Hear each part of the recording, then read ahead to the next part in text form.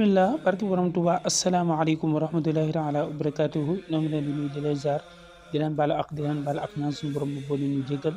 di ñaanal Cheikh Mouhamadou Mountakha mu yàgg fi loolu tànd ak wér ñu fas yéene dikkaate yéen ci seen naafila bés bi guddik fukkeel ga ak ñaar ku ca julli fukki raaka ba ci nga tara ca fatiha benn yoon qul huwallahu juróom benn yoon guddik fukkeel ga ak ñaar ku ca julli fukki raaka ba ci nga tara ca fatiha benn yoon qul huwallahu juróom benn yoon des na ko ca wutal ca àjjana juróom-ñetti junni soxna te des na ko boole ca dëkkandoo yonent bi sallallahu taala alayhi wa sallam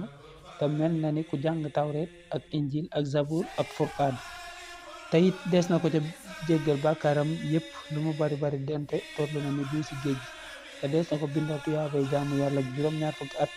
mel na ni it ku gëreel junni jaam te bu bis pencee des na ko ramm loolu ko soob ci ñi naroon a dem sawara te dana tàbbi àjjana te deesu ko saaf yàlla nangul leen wassalaamu aleykum wa rahmatullahi taala wa barakatuhu